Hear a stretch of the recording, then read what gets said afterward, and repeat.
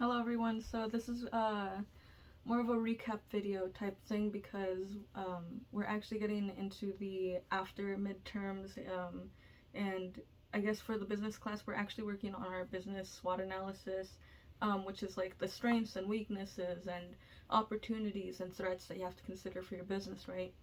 Well, in talking about my business in particular, I guess right now I'm actually pretty happy, and I'll tell you why.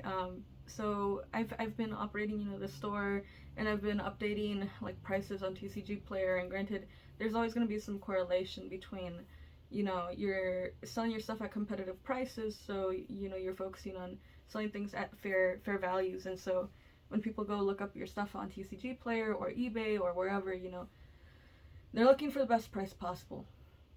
And I'm a firm believer that things should be sold at the best value that you possibly can. One, because you're given the opportunity to do so, because, in my case, I've been collecting for years, and so I don't have them in view, and mostly because of how heavy they are.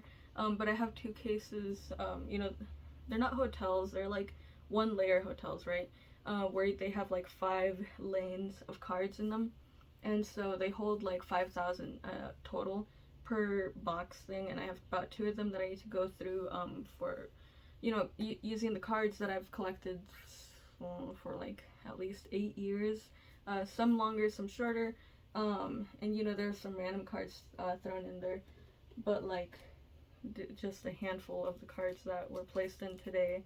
But like Plusle, Reverse Hollow, um, Charizard V, Reverse Hollow Energies, Blend, um, so on. But basically, anything over, I think my threshold right now is 40 cents, which I actually need to do the analysis on it, just to do the break even one, to figure out whether or not it's worth it to um, sell a 40-cent card, incur the fees, um, provide the mailing stuff. So I needed to buy replacements on these because technically these right now they're immaterial to me, well, only because like I was able to buy like 20 packs for like 50 cents at Big Lots back when I worked there. They were cutting their relationship with American Greetings, and so all those thank you cards, anything that like like they had these cute little owl ones, and they had like thank you ones, and I'm out of everything else. So, but I needed to replenish, right? And so I made an order just like 2 days ago, 19.99 for 144 thank you cards, which done into the math of things is actually a 13-cent expense, and so I have to consider the 13-cent expense plus the non-machinable, which so usually for the orders under like $10, $15 max-ish. But that gets sent in envelopes. Those guys, I need to be able to be like, okay, so it's gonna be like $1, then the 13 cents. For some orders, it's gonna be more, so I actually need to figure out what average I want to use, just to have like that solid, figured out price point of like what's my total expense. Because am I gonna count the tape? Because technically, I don't measure how much tape I use per item. It's really just like, this looks appropriate, and or I just go until I'm happy with how secure something is, and then I have to consider blah blah blah. So tape isn't really a material cost. If anything, it's a general expense that is incurred every few months. Like I buy a 4-pack of this stuff. I don't know where the rest of them are right now. I know I have 2 of them over there. I have one in this drawer. There's another half pack somewhere in this room. But where were we? I was talking about the SWOT analysis. So basically, like the strengths and the weaknesses of my business, and we're gonna have to discuss that. Which a lot of that isn't really cited. It's more like what I believe to be. And then I'm gonna have to look into the actual like card store weaknesses and whatnot. So like technically, if there's a downturn in the economy, these are luxury goods. These aren't you don't need to buy Pokemon cards for food, even though a lot of us prioritize those purchases a lot more because they're fun, they're enjoyable, and also I look like a mess. I am a college student that's tired most of the time. But anyway, and then there's the strengths, which, locally at least, I do have ties to the community where I've been a part of the league. I've helped set it up both here in Medford as well as in Klamath Falls. there have been cases where I've also helped even set up like Comic-Con events for League Cups and League Challenges. But I've basically had that time within the community to build that. And then continuously now, I'm more involved in the school aspect of things, and so creating some like networking relationships in Ashland, Oregon as well. But it's overall just becoming someone that people know to be the Pokemon person, which actually works out pretty well, because then you walk into the room and people just know you're the Pokemon girl, which I like, because, you know, out of all the things to be known for, being the Pokemon girl is actually pretty exciting. So I keep this in mind in, you know, my strengths. And then I was told by my professor, another one is actually the amount of knowledge that one carries by being a part of the community for so long, which is actually pretty interesting, because in 2013-14 I felt pretty knowledgeable, you know, having had known about Pokemon since like 2000, playing the video games since like since I was 6 years old, and then figuring out the trading card game and whatnots, and getting to know that all by the time that I was like 10 to 19, 20. And I was like, ooh, I'm such an expert in this entire like game type environment. And it was the realization once I started like watching videos by people like Rudy, and or at the time SM Pratt was, you know, a big one that I was watching a lot. Now I'm playing with the tape, by the way, because texture. Anyway, but yeah, and so watching those guys and then being like, oh wow, that's a lot of interesting information. I didn't know that. I didn't consider, you know, the rarity of items over time, because, you know, you're living in the time, you know, so much time. But say you're in the present, right? And right now we look at Darkness Ablaze. Right now we look at Silver Tempest and Astral Radiance and all these packs, and you look at them and you're like, oh well, they're like $6 or $7. I mean, they're really cheap. Or if anything, you're saying they're overpriced because they're, I don't know, $2 more than retail. And that's the consumer that really is just focused on the now portion of things. They're not considering the fact that things grow over time, and, you know, those changes do happen, and it happens in the matter of time that you're not thinking about it, because you're just living your life, as many people do, because, you know, we all have them. And so you have a job to go to, you have bills to pay, and, you know, sooner or later you look up, you know, and you realize it's been 5 years, it's been 10 years, and then you're looking back at your collection, because, you know, you did open some stuff and you have a binder and it's super nice, but you realize that the set was released 5-10 years ago. And so maybe out of curiosity you look up the pack, because you can. I looked up XY and black and white and all those stuff, and packs are about $20 to $40 a piece. Booster boxes are about $2,000, and I'm just left here like, I could have gotten it for $95. That wasn't actually a lot of money. I mean, yeah, actually for early starting college, weirdly enough, I was working full-time at the time. I thought I could do it all, you know, the full-time job, full-time school. I commend every single one of you that can pull it off. I did not. And I was doing education, and also not to undermine education students, but I didn't have the confidence to come back to class, you know, after you missed one or you were late by half an hour, because I was like too in my head at the time, whether it's because I was young or because this, that, or the other. But the amount of growth that now it's like, oh, you're gonna be late by 15 minutes. It just means you go through the back door, or you walk in and say hi to everyone and just sit down, because guess what? You deserve to be there. You paid to be there, and overall it is your experience that you're there for. So whether or not you're late, it's kind of one on you, because you didn't get up early enough, or because of traffic and blah blah blah blah blah. But the point is, you put in the effort and you show up, and at some point the time passes, you know, it pays off, or at least in my experience it has. And I think that's something that I'm pretty proud of, because I'm no longer nervous to be the person who's not going to be on here telling you about what I know, even though what I know now is still not everything I'm going to end up knowing, say, another 5-10 years down the road, right? So But the strengths there is that, one, I am considered an expert in this field, as many of you probably would be as well, because of the time that you've taken to dedicate into your hobby, into collecting the cards, into making those binders, into thinking about analyzing set by set and what makes one more special than the other, because overall we can't really figure out the exact thing that's going to make one set stand out from another. But at the end of the day, I do feel like I know that battle styles will be completely outpaced by a set like Champion's Path, and or by Ultra Prism, and or even by Sword and Shield alone, because Sword and Shield was a base set of its series, you know, and it had the Snorlax, it had like that VMAX introduction in it, that was amazing. In Champion's Path, I can get that Charizard, and I can get the Alcremie, and I can get a Venusaur V in there as well.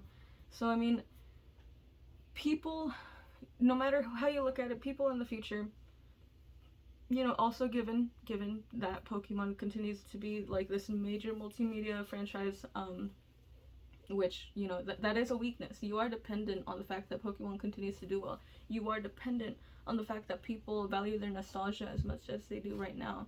You are dependent over many factors that you have zero control over, but guess what? This is your hobby and your interest, and, well, you're doing it because you love it.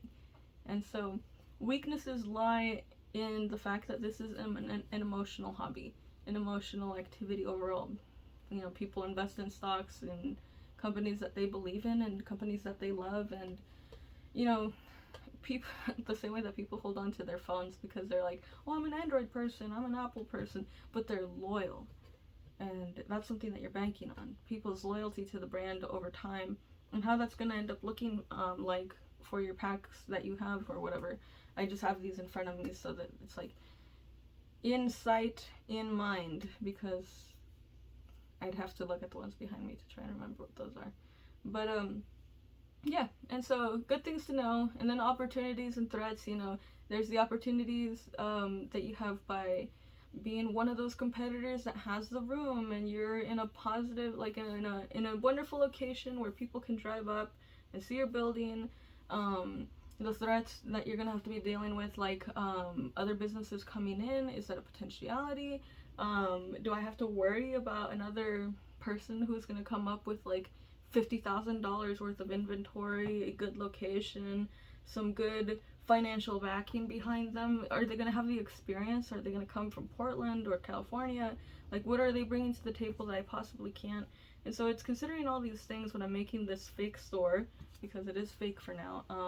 I do run the online one, which has been going great. That's actually, sorry, going back to that fact, I'm incredibly happy because actually in this last weekend, we ended up making about 40 sales. And for a business like mine that's barely like, boop, boop, boop, like barely like sprouting out of the dirt and everything, that's incredible. 40 sales one weekend, and like today, you know, I did the update on some cards and blah blah. Now we have 12 more sales, and granted they're tiny, but guess what? They're sales. That means that it's gonna grow, and that means that I get to create that feedback chain of things where people are happy and they have great experiences with us. So if any of you are buyers, I am very thankful, very happy that we're able to provide cards for you, and we hope that you enjoy them when you get them. But yeah, I just wanted to pop in, make a video and be like, hey, I love y'all. This entire experience is something that we all share to some degree, because you're never alone. Even if you're like, maybe you just collect for yourself and you don't have like the friends that you could be like, hey, look, I pulled this, or hey, I found Crown Zenith at the store, blah blah blah blah blah, but you still have us, you still have the community as a whole. And at the end of the day, if you're collecting to invest, then it is something that we can all share in, because it's in the future, when you're in that market where you're like, okay, you know what, it's time, Champion's Path, it's time, you finally hit, I don't know, say, if there's two types of people that I know, at least, the people who aim for a price, and the people who end up selling things just because it's time, like your mental state of it's time. I'm that person who actually looks at it, because I made my orders right for the 2 cases of Scarlet and Violet of booster boxes and 2 cases of Elite Trainer boxes And I was like, geez, that's like it was $1,800, I want to say. How was it? 18. 11. Maybe it was 1,700. It was 1,700, and I spent the money on shipping, the tracking, the big items on Pirate Ship. And then I also got the thank you envelopes that I needed for the business. So it all goes on one card, and so whole amount. Anyway, so I'm here like, geez, gotta figure out how to make that 1,700 this month, or this and next month. And for a second I was actually worried. I was like, oh geez, I'm gonna get paid, and this is enough for these bills. You have like maybe $500 that you might be able to pull out and be like, yeah, this is comfortable for me to pay in. And it's like, cool beans, that's only a third, and I don't want to deal with the interest for more than, I try not to deal with interest for longer than 1 or 2 months, because when you're losing, and it's not even a sizable amount, maybe it's like 70 to 100, but like when you're like in the hole by 70 to 100 on something that you just borrowed for the second, it doesn't feel good, especially when you're like, oh, but I got these at such a good price. Yeah, you got them at such a good price, but now you're paying that bucket of money for interest that you're like, oh. So I try to pay it off between the month and a half, and so I was like, okay, so that means it's time. Whether I like it or not, it is time. It's time to sell some stuff. You gotta let go of some of the big items, that's fine. You just have to figure out which ones they are, and so I did sell a one of, which, it's hard. Like, I'll tell you that much at least. Maybe it's just because I'm just starting, and so it was my first, like, my soul. But I think in 2018 or 2017, I think it's 2018 though, I bought a booster box of Cosmic Eclipse, and I bought that booster box at like $87, $85, which at the time was the distributor pricing. And I sold it. I sold it for $600 flat. I took on the fee, and I'm taking on the shipping, so maybe like $550, like realistically. The way I saw it was, I sold it in a private sale, so it was like on Burbank, and so it hasn't gotten to the guy yet. I just actually shipped it today, but it was the first time letting go of a box that, it started, it was one of the, it might have been the first booster, no it wasn't, I bought 3 booster boxes of Evolutions. I only have 1 left, but Cosmic Eclipse was a special one, because Cosmic Eclipse was the first set with the alternate arts, and so I was like, I'm gonna have this box forever, blah blah blah, it's gonna be forever. It's gonna be like, it's my pretty box. It has like the baby trio on it. It has the Blastoise art on it. I love this box. I'm never gonna sell it. And then when one box is able to take care of more than a third of your entire purchase of 6 booster boxes and 20 elite trainer boxes, like, that's partially why I started this, because I was like, you know what, my hobby is going to end up paying for my hobby. That's what it's going to be. It's going to be continued hobby where I get to buy more stuff for my hobby, and it's going to be amazing and blah blah blah.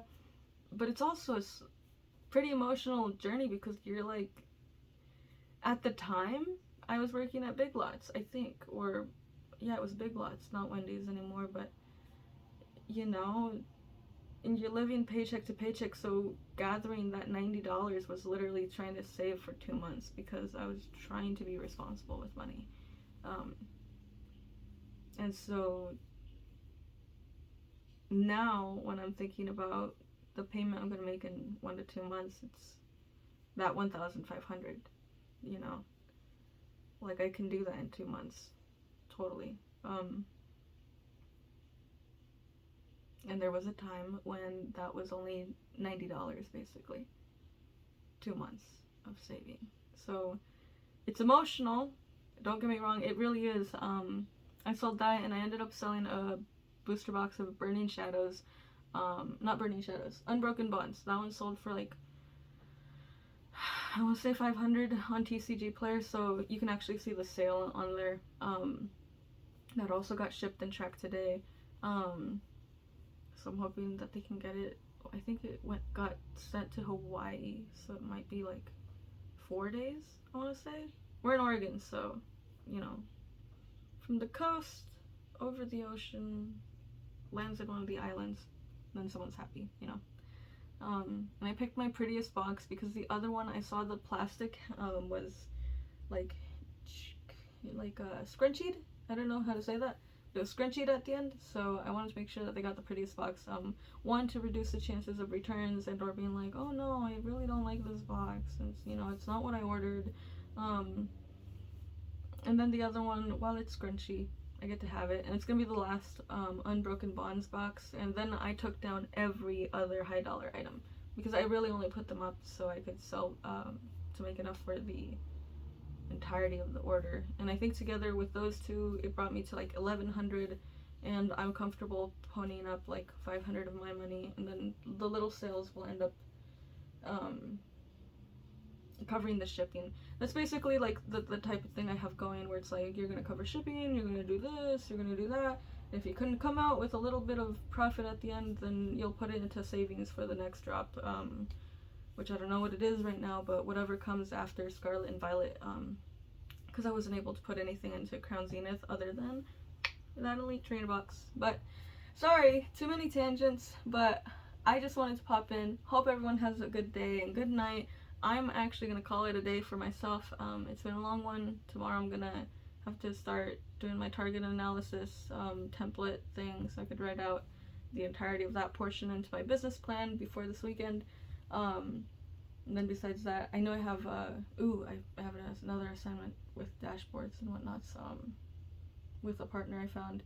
So have a wonderful night and a wonderful Tuesday, or last end of your Tuesday and starting your Wednesday. So take care, be safe. I'll see you guys next time.